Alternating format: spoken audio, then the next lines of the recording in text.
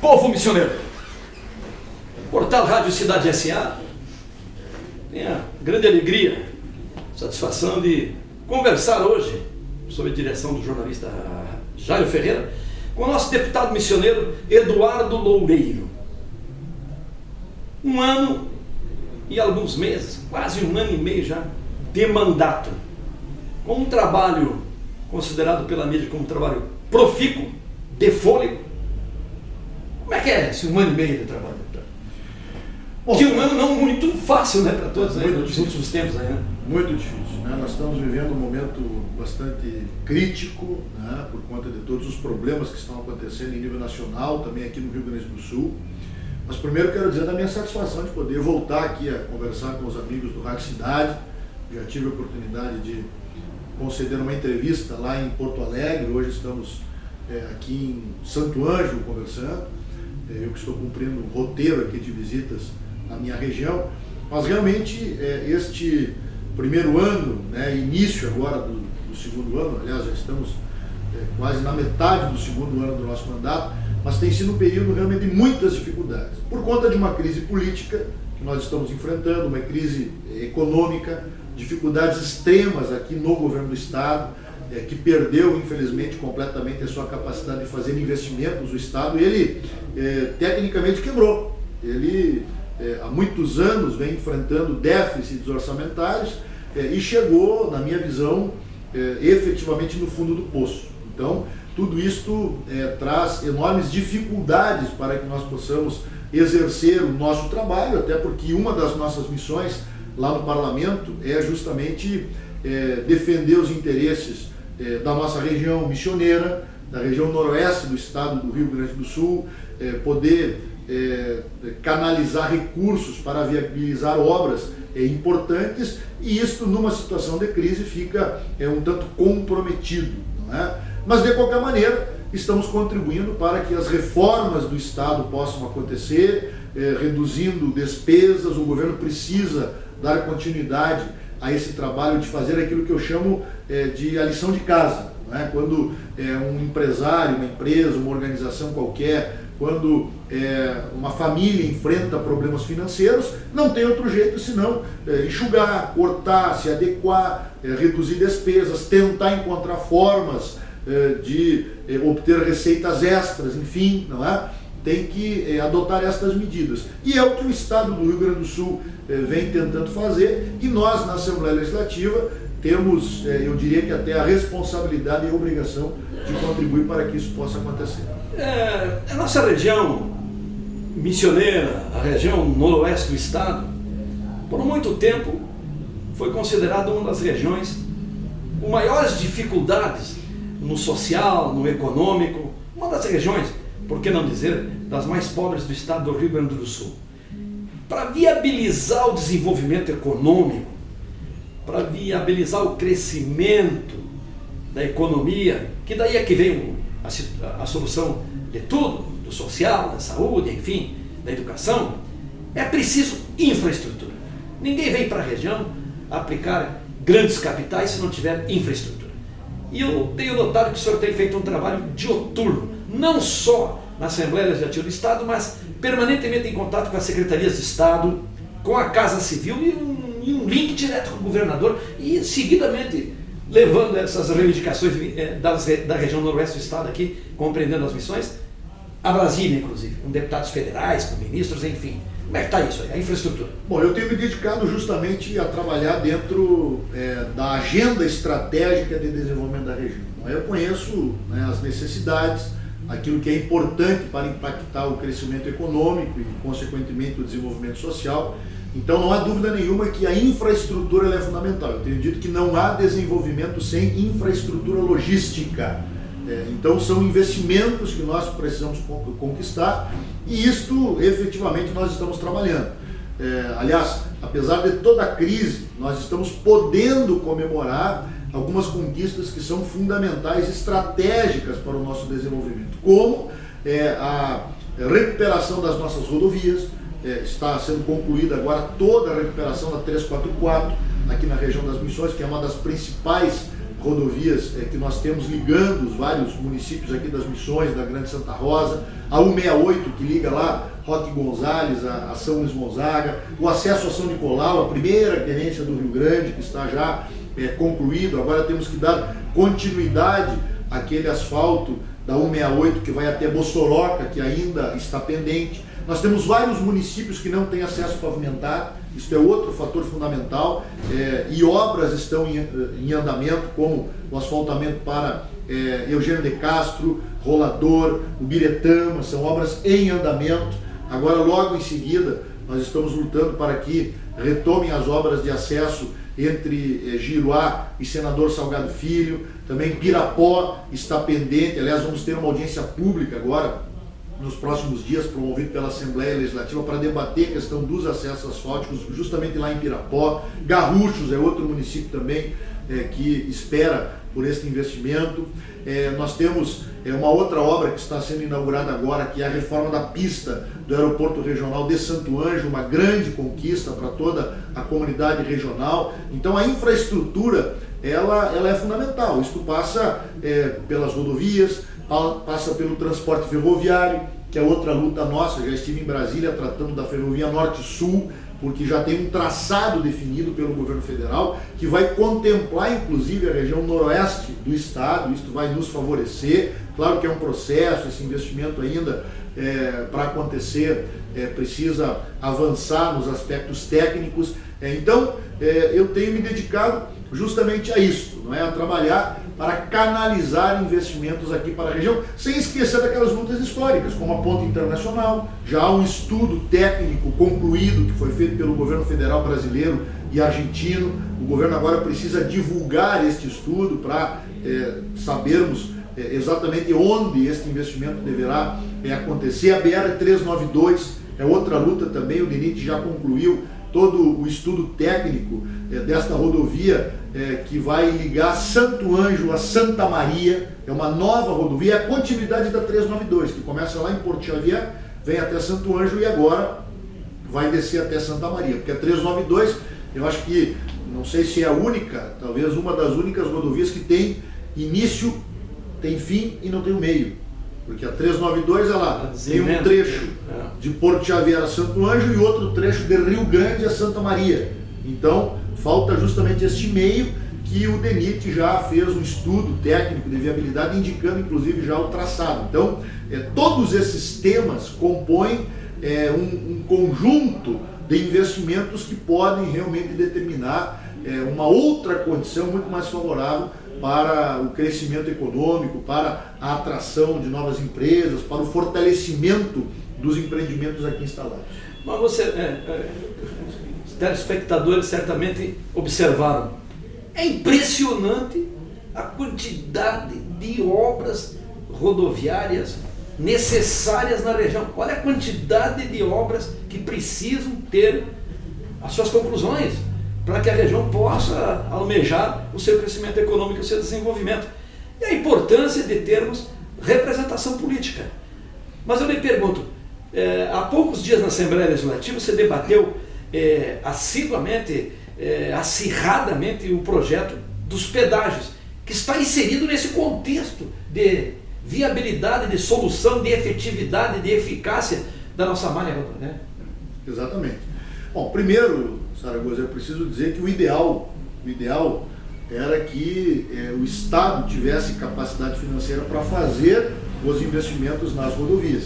Não apenas a manutenção das rodovias, mas também, de forma gradativa, a duplicação das rodovias, porque é o único caminho. O número de automóveis, de caminhões, não é, que estão transitando pelas nossas estradas vem aumentando consideravelmente ao longo dos anos. Então, para poder oferecer um mínimo de segurança, não há outro caminho senão duplicarmos as rodovias e buscarmos também outros modais de transporte, como o ferroviário. Falei aqui da Ferrovia Norte-Sul, que é uma luta importante, é uma decisão estratégica para o desenvolvimento do país e das diferentes regiões do estado, regiões como a nossa, que precisa escoar a produção. E o próprio transporte aéreo. Não é? Então, esses modais de transportes, todos eles precisam avançar. Mas o rodoviário é a tradição do nosso país e nós precisamos trabalhar para duplicar as nossas rodovias. Então, como o Estado, infelizmente, perdeu a sua capacidade de fazer investimentos, não está tendo condições, pelo menos não na medida ou no ritmo que nós gostaríamos, as concessões de rodovias elas se apresentam como uma alternativa. Eu entendo que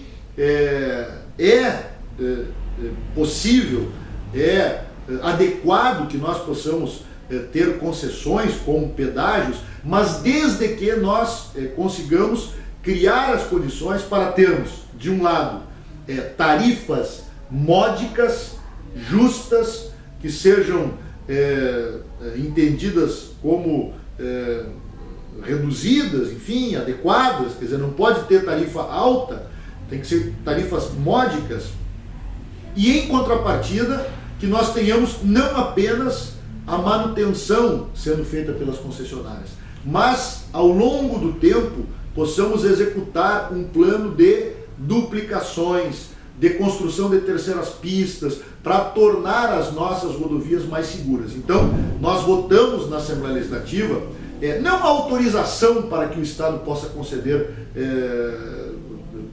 fazer a concessão de rodovias e a criação de pedágios, porque isso já existe, esta autorização, uma lei de 1994.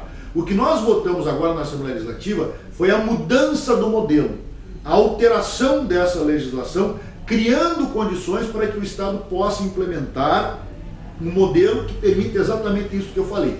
Tarifas mais reduzidas, combinadas com investimentos de envergadura de grande porte. Uma das mudanças foi a alteração do tempo de concessões, que pode chegar a 30 anos. Alguém pode pensar, poxa, mas 30 anos? Sim, porque quanto mais longo for o contrato, menor vai ser o custo, porque você dilui o valor, o custo dos investimentos. E também prevendo outras questões, como critério da licitação, o menor preço. Isso é fundamental, quer dizer, nós temos que apostar numa tarifa mais barata. Acabamos também com o chamado subsídio cruzado, quer dizer, o motorista ele paga, transita por uma rodovia, paga o pedágio, e aquele dinheiro seria ou poderia ser aplicado em outra rodovia, que são chamados polos, que foram criados aqui no Rio Grande do Sul algum tempo atrás. Então aquele modelo que vigorou aqui no Estado, ele foi rejeitado pela sociedade, ele não deu certo. Então nós temos que aprender com os erros do passado. Foi isso que nós fizemos agora na discussão, criamos inclusive um marco regulatório, obrigamos o governo do Estado a, antes de implementar um pedágio ou uma concessão, fazer consultas públicas, que foi uma emenda da bancada do PDT. Então, isto é uma obrigação dentro desse novo modelo, consultar a comunidade previamente, através de audiências públicas. Uma outra emenda também obrigou o governo a criar um marco regulatório, ou seja, explicitando de forma detalhada todas as diretrizes, todas as condições, toda a modelagem que será implementada antes de fazer os editais. E também uma outra obrigação, uma emenda do PDT, obrigando o governo a publicar o edital de licitação 60 dias, toda a modelagem, explicar todos os detalhes de uma concessão 60 dias antes da publicação do edital. Então, mais transparência, mais controle social, nós garantimos através destas emendas que inclusive foram apresentadas pela bancada do PDT. O que poderá viabilizar essa infraestrutura rodoviária da grande região, que sem isso não tem como a gente nem pensar em desenvolvimento e crescimento econômico, sem dúvida nenhuma. A logística é fundamental, ainda mais geograficamente onde nós estamos situados, né? Longe dos grandes portos, longe dos grandes centros consumidores. Se não tiver estrada, não tem nenhuma perspectiva. Mas para ir encaminhando já o final deste nosso diálogo tão importante para nossos ouvintes, nossos telespectadores, além disso, o senhor apresentou alguns projetos de lei nesse ano e meio de trabalho aí, muito importantes. Podia nos falar de alguns, por favor? Bom, eu tenho vários projetos que foram apresentados já na Assembleia Legislativa, alguns estão tramitando, outros já foram aprovados. Eu destacaria dois que eu acho assim, da mais alta importância. Um deles é o que cria o Programa Estadual de Orientação e Conscientização sobre a Síndrome de Down, que é um programa que procura estimular ações governamentais, da sociedade civil, com relação às pessoas que têm a síndrome de Down, né? Que não é uma doença, como todos nós sabemos, é uma ocorrência genética natural que acomete de 600 a 800 recém-nascidos e que impõe algumas características próprias, né, de quem tem a síndrome de Down. Algumas limitações de natureza intelectual, de natureza, características de natureza física, enfim, não é? Mas que nem por isso essas pessoas deixam de ter grandes potenciais de desenvolvimento, desde que bem acolhidas pela sociedade, desde que bem recebidas lá na escola, desde que tenham acesso a políticas públicas de qualidade, desde que não sofram qualquer tipo de preconceito, de discriminação, e isso a gente combate através da informação, através da conscientização, através de uma política adequada por parte também do setor público. Então, este é o objetivo desta lei, que já foi aprovada por unanimidade na Assembleia Legislativa e sancionada pelo governador José Ivo Sartori. Então, a partir de agora, nós deveremos ter uma série de ações sendo implementadas para poder atender estas pessoas, e não só quem tem síndrome de Down, mas todas as pessoas que têm algum tipo de deficiência. Você sabe, Saragoso, que os dados oficiais, eles revelam que nós temos quase 50 milhões de pessoas hoje no Brasil que têm algum tipo de deficiência. Então, isto aqui, esta lei e esta nossa proposta, nada mais é do que um programa de inclusão. Quer dizer, essas pessoas têm que estar incluídas na sociedade, têm que serem acolhidas, têm que receberem atenção nas mais diferentes áreas, na área da saúde, na área da educação, nas políticas voltadas para a geração de emprego, têm que ser bem acolhidas pelo mercado de trabalho, têm que ter oportunidades. Se estas pessoas tiverem este acolhimento, elas vão muito longe, elas terão uma excelente qualidade de vida. E um outro projeto também da mais alta importância, este ainda está tramitando na Assembleia Legislativa, é o projeto que nós denominamos de Família Acolhedora. Ele é um projeto que foi implementado aqui na Prefeitura de Santo Ângelo, quando eu fui prefeito, projeto que deu muito certo, voltado para aquelas crianças que por algum motivo, por terem uma família desestruturada, não conseguem ou não podem, até por determinação judicial, permanecerem ao abrigo das suas famílias. São famílias problemáticas, a droga, a desestruturação familiar, enfim, não é o álcool que muitas vezes acaba atrapalhando e trazendo problemas para dentro de uma família. Então, o que muitas vezes acontece? Estas crianças, por não poderem permanecer junto às suas famílias, por conta desses problemas, acabam sendo levadas para abrigos, não é? De crianças, enfim. E nós implementamos aqui um modelo diferente para acolher essas crianças. Através de uma lei, é permitido que famílias da sociedade, famílias bem estruturadas, elas possam se habilitar para receber temporariamente estas crianças. Então, é muito mais adequado que essas crianças fiquem ao abrigo de uma família, porque ali está constituído o ambiente adequado, o ambiente familiar, do que ficarem em abrigos coletivos, enfim, que muitas vezes não têm as mesmas condições, não é, até de desenvolvimento, né? Então, aqui em Santo Ângelo este programa funciona muito bem, ele se tornou referência em nível de estado e até em nível de Brasil, e agora nós queremos levar este programa para ser implementado a nível de estado. Eu recebi, inclusive, com muita satisfação, uma moção de apoio do Colegiado de Juízes da Infância do Rio Grande do Sul, porque evidentemente que esse programa ele é todo regrado, tem o acompanhamento dos juízes da infância, de todas as comarcas, tem a participação das prefeituras municipais, dos conselhos municipais e estadual da criança e do adolescente. Ele cumpre rigorosamente tudo aquilo que prevê o ECA, o Estatuto da Criança e do Adolescente. Então é um programa muito bem amarrado e que funciona muito bem. A criança pode ficar até 2 anos, é um abrigo de uma família, não é adoção, tem nada a ver com adoção, quer dizer, ela fica temporariamente ali, na verdade a família ela funciona como um padrinho, né? Quer dizer, é alguém que se torna padrinho daquela criança, que a acolhe, e depois, quando ela puder voltar para a sua família, ela volta. Se ela tiver que ser encaminhada para a adoção, ela será encaminhada para a adoção, dentro das regras, não é? Estabelecidas pela legislação. Então é um programa que eu tenho certeza que será aprovado e que vai trazer enormes benefícios para aquelas crianças e aquelas famílias que infelizmente estão numa condição de vulnerabilidade social. Sem dúvida nenhuma.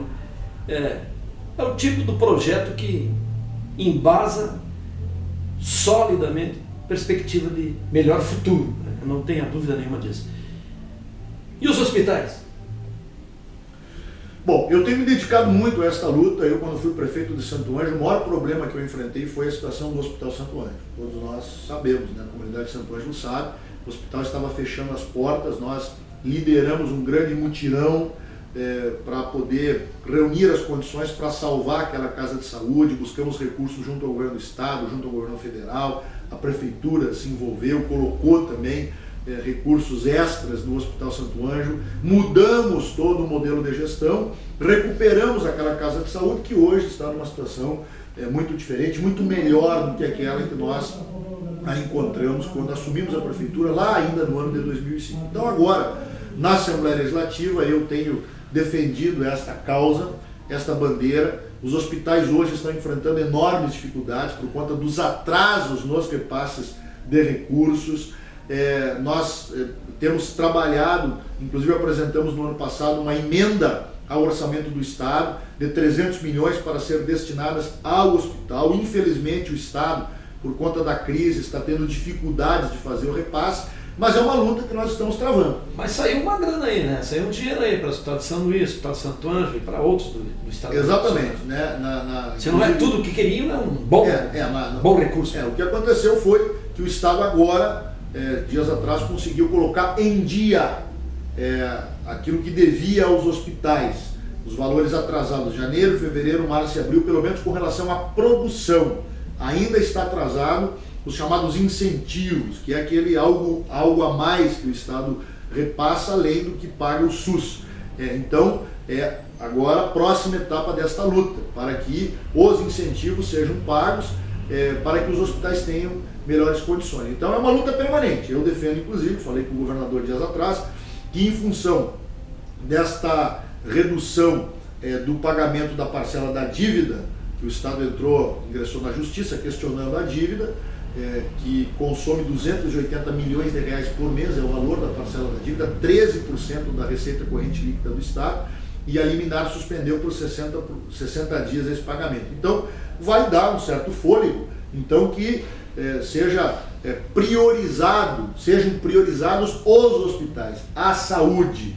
Então, é a nossa sugestão e é o que efetivamente o governo vem fazendo. E esperamos que depois desses 60 dias da liminar o Estado consiga renegociar esta dívida com a União, porque é isso que vai dar realmente uma condição melhor para superar esta crise financeira e esta falta de dinheiro para investir naquilo que é essencial, na saúde, na educação, na segurança pública.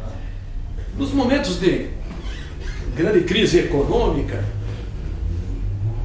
financeira, é difícil conceder reajustes de salário quando temos um índice altíssimo de desempregado, até pela própria demanda.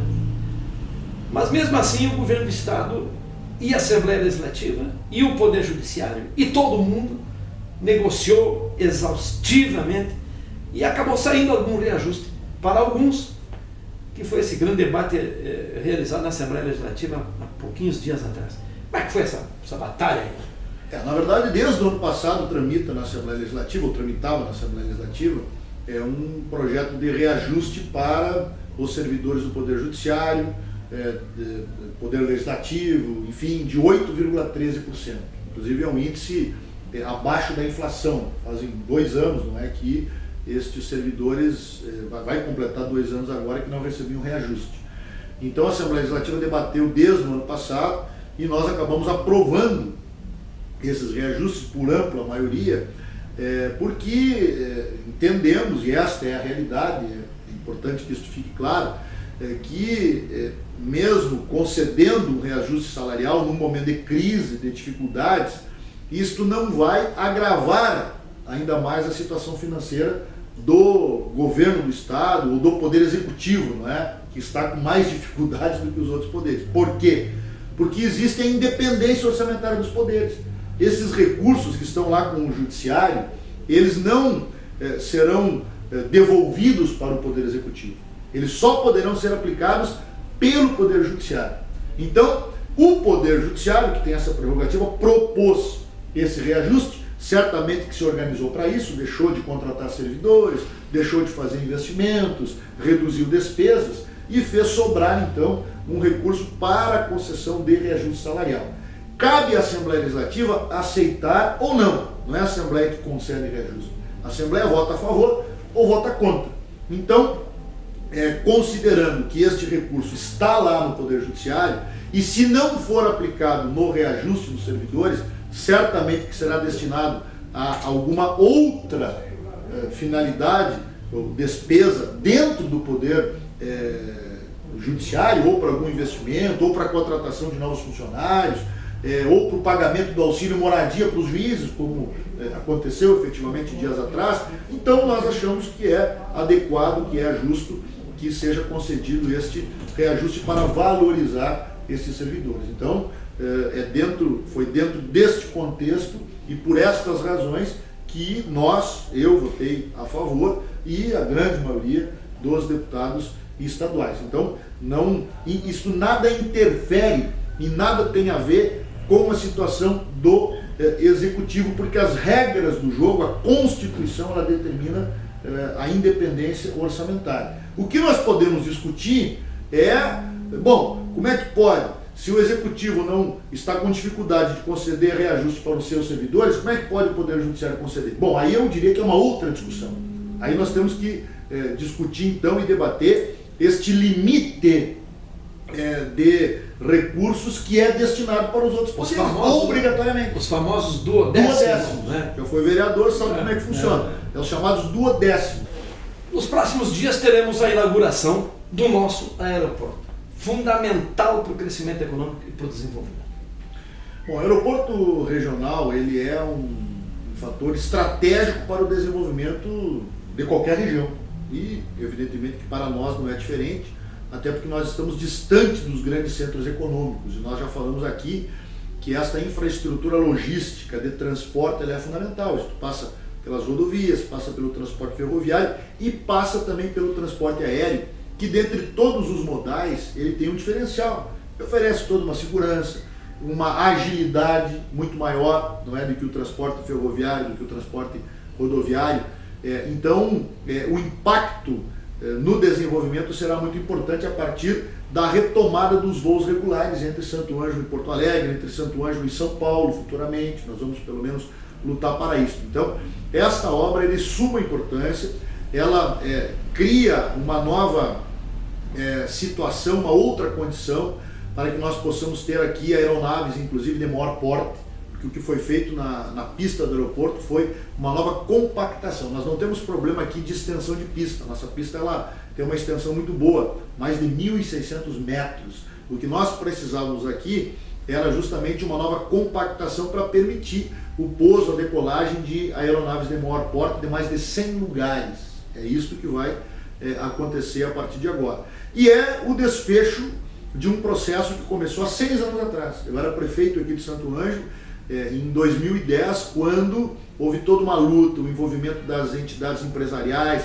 Nós trouxemos, inclusive, na época, o então ministro da Defesa, Nelson Jobim, esteve aqui em Santo Ângelo, participando de reuniões, lá no CDL, ficamos, uma noite inteira conversando com o ministro, até que conseguimos a liberação dos recursos, da ordem de em torno de 6 milhões de reais, 70% do governo federal, 30% do governo do estado. O convênio foi assinado naquela época, aconteceu a licitação, a obra começou, mas infelizmente por problemas diversos, de natureza burocrática, técnica e também de pagamento, a obra acabou sendo paralisada. E no ano passado, depois de muita luta, não é, nós conseguimos resolver aqueles problemas, aqueles entraves burocráticos, e a obra foi retomada e agora concluída.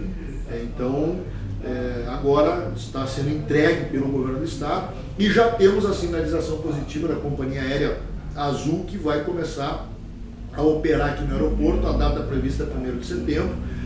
Precisa fazer ainda uma adequação do terminal de passageiros. O estado já está licitando essa pequena reforma ali no terminal, porque a aeronave que a Azul vai operar aqui é uma aeronave de 70 lugares.